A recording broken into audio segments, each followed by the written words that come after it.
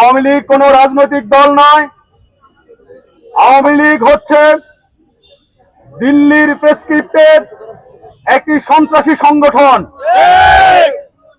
এই আওয়ামী লীগ ভারতের প্রেসক্রিপশনে 2009 সালে আমার দেশপ্রেমিক 57 জন ঊর্ধ্বতন সেনা অফিসারকে নির্মমভাবে হত্যা করে নীল নকশা অনুযায়ী বাংলাদেশকে ভারতের করগ্রাহ্য করার জন্য ষড়যন্ত্র করেছিল।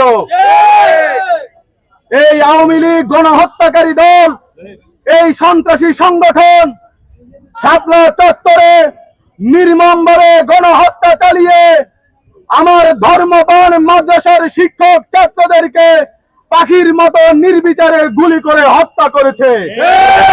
শুধু তাই নয়, রাতের অন্ধকারে ল্যাম্পপোস্টের আলো বন্ধ করে গণহত্যা চালিয়ে সেই গণহত্যার চিহ্নগুলোকে তারা মুছে ফেলে রাতে রাতে রক্তকে ধুয়ে ফেলেছিল।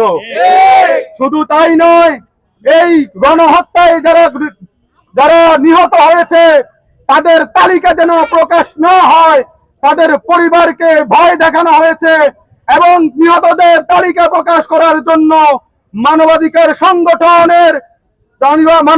সংগঠনের প্রধানদেরকে গ্রেফতার করে তাদেরকে রিমান্ডে নির্যাতন করেছিল এই সন্ত্রাসী সংগঠন আওয়ামী লীগ।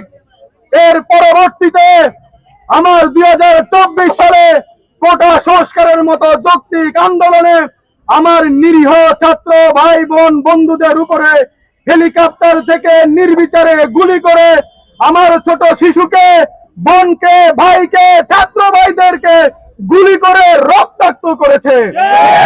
এই সন্ত্রাসী গণহত্যাকারী বাহিনীর বিরুদ্ধে জাতিসংঘ তাদেরকে গণহত্যাকারী দল হিসেবে তাদের জড়িত হওয়ার প্রমাণ মিলেছে। সেই গণহত্যাকারী সন্ত্রাসী দিল্লির দাসত্বকারী সংগঠনকে আজকে আবার নতুন করে বাংলাদেশে রাজনীতিতে সুযোগ করে দেওয়ার অপচেষ্টা আমরা দেখতে পাচ্ছি।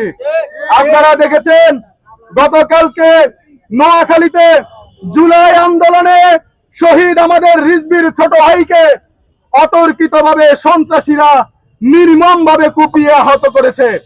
শুধু তাই নয়, তাকে হাসপাতালে নিয়ে চিকিৎসা নিতে দেওয়া হয়নি, তাকে চিকিৎসা নেওয়ার পথে পথে আটকে রাখা হয়েছিল। সর্বশেষ ঢাকা মেডিকেলে তাকে চিকিৎসার জন্য পাঠানো হয়েছে। সেই দিন এই রেশ না কাটতে কাটতেই নোয়াখালী শহরে আওয়ামী লীগ অতর্কিত মিছিল দিয়েছে। আপনারা এর মাধ্যমে কি বুঝাতে চাচ্ছেন? এর মাধ্যমে দেশের মানুষের কাছে কি বার্তা যাচ্ছে?